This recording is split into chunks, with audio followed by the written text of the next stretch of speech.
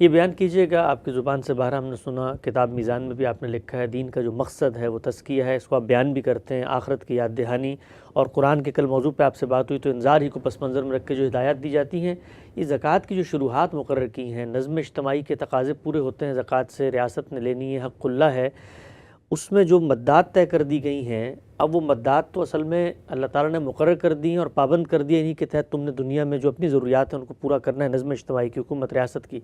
سوال یہ پیدا ہوتا ہے کہ پھر اس نے تو دین نے ہمارا دنیا کا ایک مسئلہ حل کیا نا، اگر تو دین آخرت کے مسئلے کے لیے آیا تھا تو اس کو ضرورت کیا تھی یہ مدات دینے کی، انسان اپنے ارتقاء سے، اپنے غور و فکر سے کسی نتیجے پہ پہنچتا، اور آج بھی پہنچا ہے، اس نے بتا دیا ٹیکسیشن کے کیا لاز ہوتے ہیں، تو دین نے تو اس معاملے میں مسلمانوں کی دنیا کا مسئلہ حل کیا نا جی۔ اس کا دنیا کے مسئلے سے کوئی تعلق نہیں ہے، یہ پھر ایک اخلاق کی تقاضا ہے۔ میرا مال ہے، میں کماتا ہوں، قرآن مجید جب میں کوئی مال کماتا ہوں تو میری اس ملکیت کو تسلیم کرتا ہے، اس کی حرمت قائم کر دی گئی ہے۔ رسالت مآب صلی اللہ علیہ وسلم نے اپنے آخری خطبے میں جو خلاصہ بیان کیا ہے چند لفظوں میں، وہ کیا ہے؟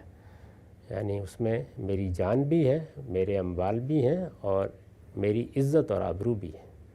ان اموالکم و دماءکم و اعراضکم، تو یہ ساری چیزیں اپنے اندر حرمت رکھتی ہیں۔ اب یہ سوال پیدا ہوتا ہے کہ اگر کوئی نظم اجتماعی قائم کیا جاتا ہے تو وہ تو اپنی ضرورتوں کے لیے یہ چاہے گا نا کہ لوگ اس میں حصہ ڈالیں۔ لوگ آزادانہ رضامندی سے کوئی چیز دیتے ہیں تو کس کو اعتراض ہے؟ ہم چیریٹی کرتے ہیں، بہت سے اداروں کو دیتے ہیں، کوئی اپیل کی جائے تو اپنی طرف سے عطیات پیش کر دیتے ہیں، لیکن اس سے نظم اجتماعی نہیں چلایا جا سکتا، اس انتظار میں نہیں بیٹھا جا سکتا۔ تو یہ ہوا اور دنیا بھر کا تجربہ ہے، اور کہا جا سکتا ہے کہ ایک عالمی صداقت بن گئی ہے کہ حکومت کو حق حاصل ہونا چاہیے کہ وہ بالجبر آپ کے مال سے لے لے۔ اللہ تعالیٰ نے اس کی شرح خود مقرر کر دی۔ تو اس طرح گویا حکمرانوں میں، یعنی مسلمانوں کے حکمرانوں میں اور ان کے درمیان جو اس معاملے میں نزاع ہو سکتا تھا اس کا فیصلہ فرما دیا۔ یہی دین کا مقصد ہے کہ کہیں بھی نہ انفرادی زندگی میں آلودگی پیدا ہونے پائے، نہ اجتماعی زندگی میں۔ تو اس سے جو نزاعات پیدا ہوتے ان کا گویا اللہ تعالیٰ نے فیصلہ فرما دیا کہ یہ حق ہے تمہارا، یہ لے سکتے ہو۔ یہی صورتحال آپ دیکھیے بہت سے دوسرے احکام میں بھی ہے۔ مثلاً ہمیں کوئی مال کسی کو دینا ہے، کوئی قرض کا معاملہ کرنا ہے، تو وہاں پر بھی اسی طرح کی ہدایات دی گئی ہیں، اس کو لکھ لو، اس پر گواہ بنا لو۔ کیوں؟ اس لیے کہ یہ تمہارا مال ہے، کل اگر یہ صورتحال پیدا ہوگی کہ کوئی جھگڑا ہو جائے گا تو اس سے مسلمانوں کے نظم اجتماعی میں، ان کی انفرادی اور اجتماعی زندگی میں پاکیزگی نہیں رہے گی۔ تو اسی تزکیے کو سامنے رکھ کر اللہ تعالیٰ نے یہ فیصلہ فرما دیا ہے۔ تمام معاملات اسی نوعیت کے ہیں جتنے بھی ہیں۔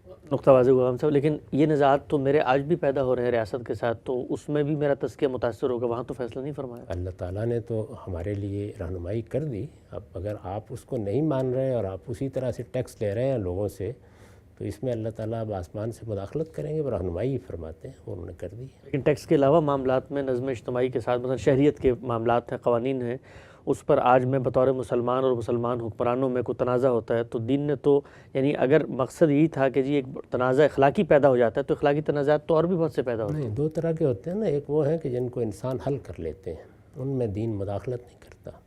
یہاں حل کرنے کا کوئی طریقہ ہی نہیں، اگر کوئی طریقہ ہو تو بتا دیجیے۔ ایسا ہی معاملہ میراث کا ہے، یعنی انسان کے لیے خود حصے مقرر کرنے کی کوئی بنیاد نہیں، کوئی عقلی بنیاد ہونی چاہیے۔ باقی معاملات کے لیے عقلی بنیاد موجود ہے، اخلاقی بنیاد موجود ہوتی ہے، وہ ہم فیصلہ کر لیتے ہیں۔ تو یہاں کیا کرتے؟ کوئی راستہ نہیں۔ اس وقت بھی دنیا میں ٹیکس کے لیے کیا اخلاقی یا عقلی بنیاد ہے؟ ویسے ہم سے دنیا بھر میں مطلب اخلاقی بنیاد بیان کی جاتی ہے نا جی، کہ آپ کے جو آمدن ہے، جو آپ کے اخراجات ہیں، ان میں توازن کے ذریعے آپ ٹیکس لگائیں۔ یورپ، امریکہ، باقی ہر جگہوں پہ دنیا چل رہی ہے۔ پہلا سوال تو یہ ہے کہ یہ تو میرا مال ہے نا، کمایا ہوا، آپ نے بالجبر لینا ہے۔ میں اگر نہ دینا چاہوں تو مجھے جیل میں ڈالیں گے، پھر میں ملک چھوڑ دوں نہ دینا چاہوں؟ گرفتار کریں گے نا، کوئی میں یہاں سے چلا جاؤں گا، کسی دوسری جگہ چلا جاؤں گا، ہوگا نا یہ سب معاملہ۔ تو میرے مال سے آپ کو بالجبر لینا ہے، وہ کتنا لینا ہے آپ کو، کیا حق بنتا ہے آپ کا، اس کا کوئی عقلی قاعدہ ہے جو طے کیا آپ نے؟ آخری بات وہی کہی ہے کہ نو ٹیکسیشن وداؤٹ ریپرزنٹیشن، کہ چلیے جی لوگ آپس میں بیٹھ کے نمائندوں کے ذریعے سے طے کر لیں، اس پر بھی 10 اعتراضات پیدا ہوتے ہیں۔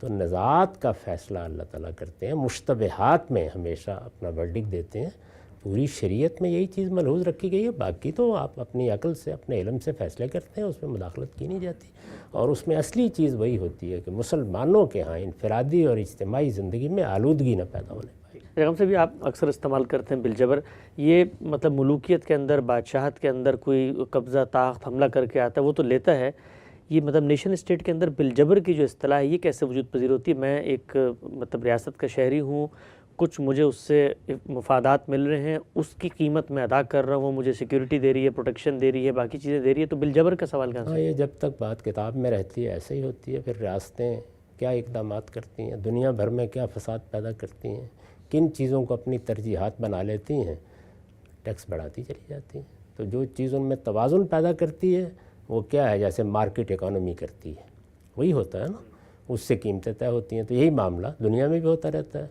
ضروریات بڑھ گئیں آپ نے بڑھا دیا، کم ہو گئیں چلیے کسی وقت کم کر دیا، کچھ اس کے سلیب بدل دیے، کچھ یہ کیا وہ کیا، لیکن حقیقت یہ ہے کہ اس سے ایک بڑا ظلم وجود میں آتا ہے، اس کا انسان کو اندازہ نہیں ہوتا وہ کس درجے میں وجود میں آتا ہے، معیشت کو اس سے کیا نقصانات پہنچتے ہیں۔ یہ جو حکومت کی مداخلت اس طریقے کی ہے وہ کس طرح چیزوں کو ان کے توازن میں نہیں رہنے دیتی، درم برم کر دیتی ہے۔ اور پھر سب سے بڑی بات یہ ہے کہ لوگوں سے ذرا پوچھ کے دیکھیے، پھر واقع مطمئن ہوتے ہیں۔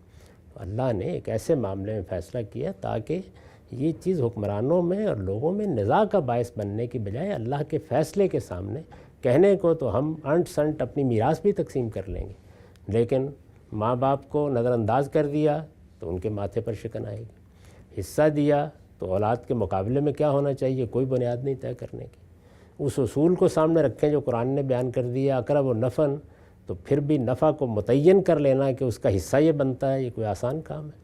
ان چیزوں میں اللہ رہنمائی فرماتے ہیں، مقصود وہی ہوتا ہے کہ کہیں کوئی آلودگی نہیں آنی چاہیے۔